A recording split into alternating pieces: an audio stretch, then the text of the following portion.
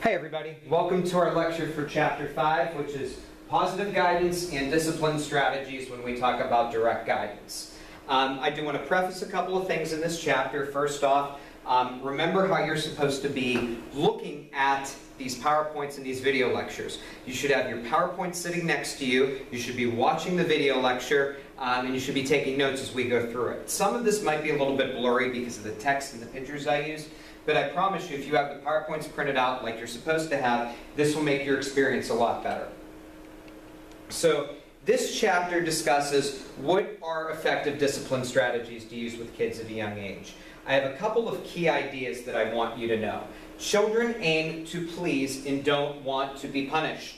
If you go into education saying, I'm working with kids and kids want to be kept happy, that's a positive thing.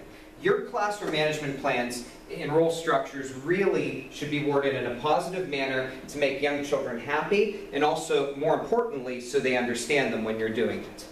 So we give you our things to think about, which are our key ideas when we're looking at what this structure should look like and what it is. Try to think about culture. This chapter really looks at culture and how what you believe really can affect young children. What are actually working guidance strategies and how can they be used to create warm and supportive relationships?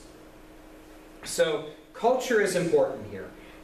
Really, culture goes over beliefs, values, and traditions, and how different areas of culture can affect children's development, families, children, schools, and communities, and how each system is actually affected by culture. Every kid has a different culture, every parent has a different culture, and you as a teacher, you have a different culture as well. But it's important that you're culturally sensitive to the values that others have. So children acquire those values really more than anything else through their interactions with adults and peers. That's what helps them determine what's appropriate. And then they take those values and they socialize those values. It's through the socialization that they learn what's right or wrong. They learn how different parents look at things, which once again can be a good or a bad thing if the parents aren't appropriately looking at anything or teaching their children appropriately. And that helps them with the modeling process as well. So I give you an example, and once again, like I normally do, I'll give you a minute to read the example, and then we'll talk about it very briefly.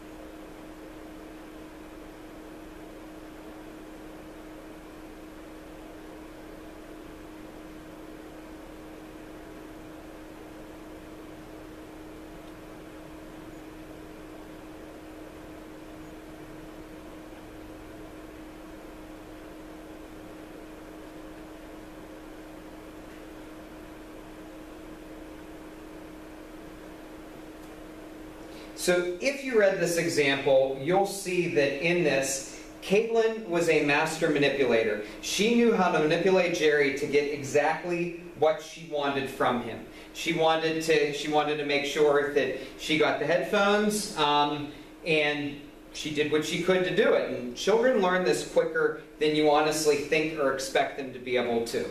So go into working with children knowing that a lot of them know basic practices of manipulation. And that's not necessarily a good thing. The kids know what they can do, what they can't do, and what they can get away with. And the sooner you as an adult realize that, and you don't think that all kids don't understand how to manipulate, some just do it in different degrees than others, it will help you be able to more positively influence how children behave. So different encounters happen.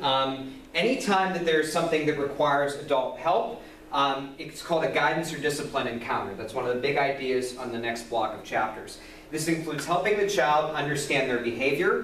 When an adult can help a child stop doing something harmful or destructive, help them care for an animal appropriately, treat something with respect, that's something that can certainly help as well.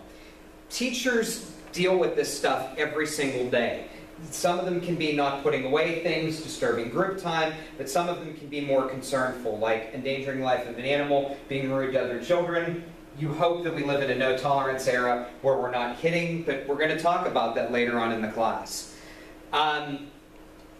teachers have to deal with discipline every day. Most teachers hate disciplining children, and they'll pass it off to the principal if they can, but if you're smart enough to know what you need to do to guide children, and you can help them control their short-term behavior, it can lead to long-term results. So your goal as the teacher is to help children make positive decisions in the short term, and that'll help them long term, which is what we're hoping all of you are able to do.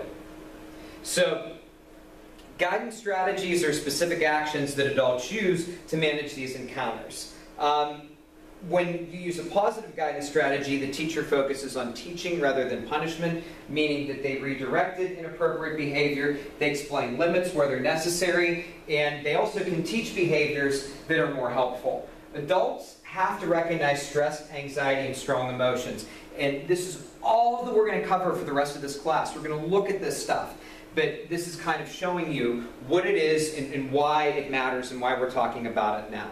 So what are the big things that you have to do and what do we have to know? We're going to talk about all of these later in class. Redirection, active listening, iMessages, conflict resolution, and strong emotions. Like I said, this is more of a preview of what's coming in the next chapters. So, limits. Teachers and parents must set limits and boundaries. Think of the examples we talked about in Chapter 1, where the teachers and parents were not setting appropriate limits. They have to be reasonable and appropriate for the age of the kids. They have to be stated effectively, and the child needs choices. If the child gets choices in the limits, that's huge.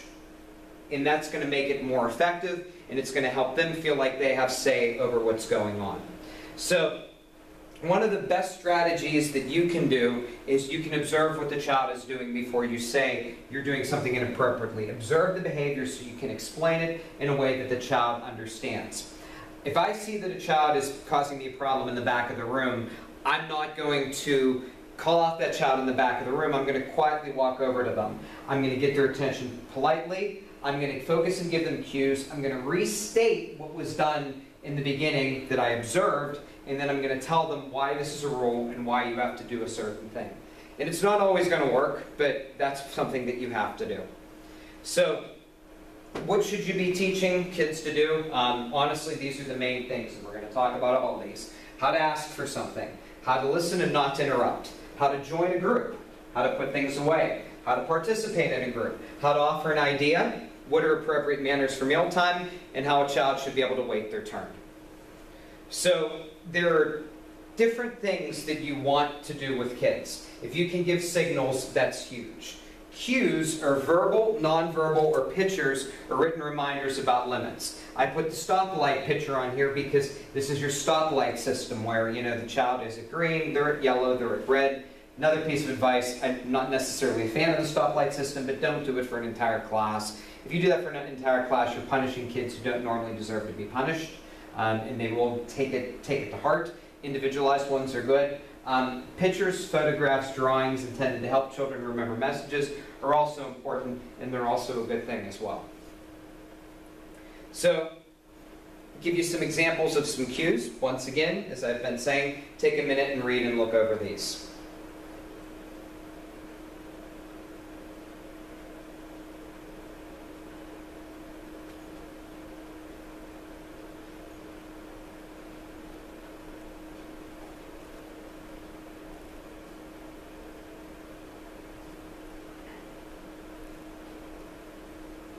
So in example 1, there is an action song.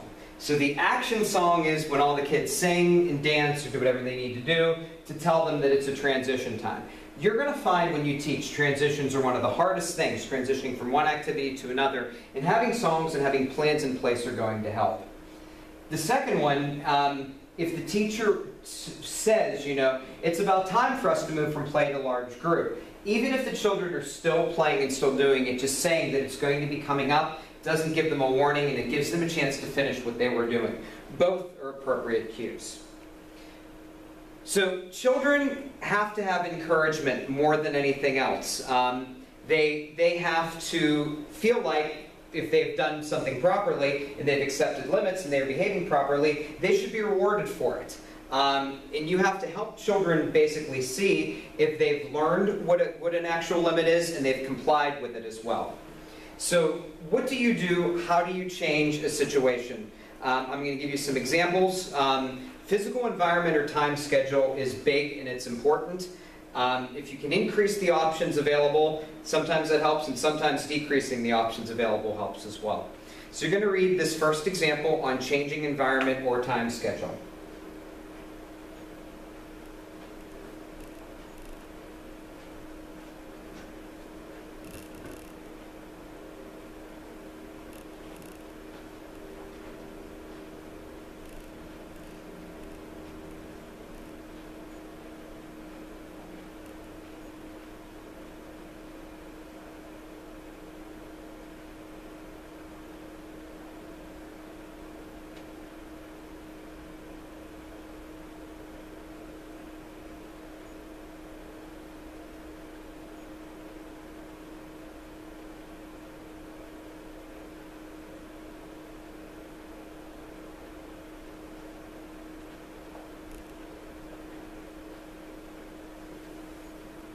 So in this example, the student teacher realized, hey, the activity was too long.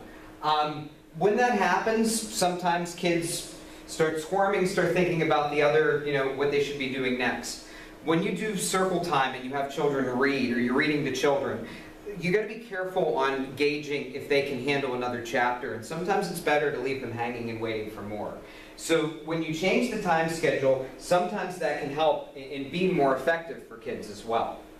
So increasing options is important, but decreasing options is important as well. So if you know that there's something that's going to be wrong with an activity, I always use science. I've taught the Science for Young Children class here a number of times, and I always use science as a perfect example of this. You have to know what could possibly go wrong with an activity. And if you know that something's going to go wrong and you can eliminate that from happening, try to eliminate it before it begins. If you can introduce new ideas that help children move past an argument or a disagreement, it's good, but it's not always going to work. And we're going to go over in one of the later chapters one of the ways that this can work.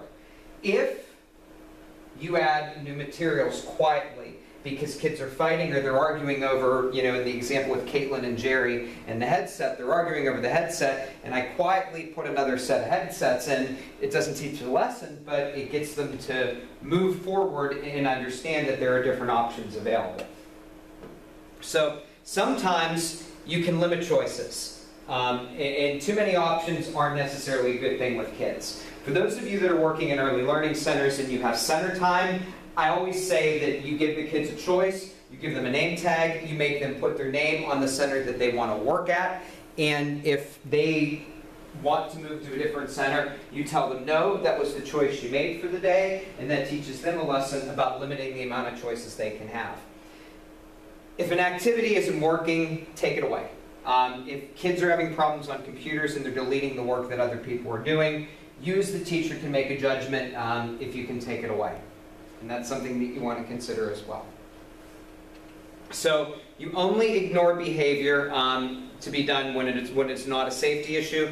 If it's something destructive or hurtful, you have to acknowledge it. But if children are whining or trying to distract you, sometimes ignoring works. It's not the best advice, but you can't ignore behavior occasionally. And sometimes it's not a bad idea. If you tell the child you're going to ignore it, that's an easy way for them to understand that what they're doing is going to be ignored. If you stand strong, and when I say stand strong, I mean, you tell them you're not going to give in. If you give in, you're being permissive. And as we said in chapter 1, permissive isn't exactly the best thing you can do. If you can teach a child more acceptable behavior, that's good, because then that gives them a choice and they know what they're supposed to be doing. So, redirecting with toddlers. If a toddler is trying to do something dangerous, just simply redirect them. Most of the time they're going to agree with this and it's going to be easy. With preschoolers and older children, substitute. If there's something that they're doing that's not safe or that's causing problems, simply move them to a different activity that they might want to do, and it kind of gives them choice, and it also redirects their behavior as well. So, active listening. Try to think about, when adults listen carefully to children, Don't criticize, and help the child with the problem. One of the best things that you can do in active listening is take a minute, listen to what the child is saying, and then simply restate what the child said. That shows that you are listening actively and that you can basically make a judgment based off of how they're feeling. iMessages is something that we're going to talk about later on in the course again, but we'll go over what they are. This is, you use iMessages. Sometimes you use it if the child curses, if they take scissors, if they toss books, if they're interrupting things. Then you have to give an appropriate iMessage. So let's look at what the parts of an iMessage are so you understand. Give data. Make them aware of what you saw or heard. These are facts, not opinions. Sally, I saw you pick up the textbook and throw it across the room. Describe the tangible effect. How could that affect you, or how the whole class? Well, picking up that textbook could have hit another student and could have hurt them. You don't want to hurt the children. You don't want to hurt the other children in the class, do you? Communicate feelings. Tell the child how it made you feel to see or basically what you heard them doing. I saw you throw the book across the class. It hurt my feelings because those books are to be used by everybody. Tell the child how to change things. Directly tell them what to do next time. Say, next time I would like to see you put the book back in its appropriate place, or if you don't want to use it anymore, you can always hand it to me as well. And that's an appropriate way to do an iMessage, and we're going to talk about those a lot more in class. So, conflict resolution. If you see that there's a problem and kids are disagreeing and there's bullying or there's just problems in them getting along with each other, one of the things that you can do really is give them the opportunity to work together to fix the problem. If you can generate solutions as a group, that's good. And if you can decide ways to fix it and ways to try it, that's certainly something that can help as well. So if children are having a difficult time keeping themselves under control, it's up to you to help them think more clearly. You do the best by not punishing, but if you can see that a child is just overstressed or overanxious or it's a rough day, you can give them the opportunity to calm themselves. What I've seen some teachers do is give them stretch bands that they can just pull on, and it can help reduce anxiety. If there's overstimulation, meaning there's too much going on, sometimes taking them for a walk is a good idea, and calming techniques works as well. Remember, you have to protect children. You yelling and screaming at a child can really be a problem, and if it's going to hurt the child long term, it's not something that you want to do. Punishment is never the way to go. Discipline is different than punishment. If I degrade a child, that child is going to remember me degrading them. The teacher that I had in first grade, who was in her 70s, and she never learned how to teach, and mind you, this was 1987. She didn't like the fact that I was left-handed, and she would just smack me for being left-handed. I'm going to remember that for the rest of my life, and this is 30 years later. And I'm not going to think highly of her, because she did not do anything to save my face and preserve my dignity as an adult.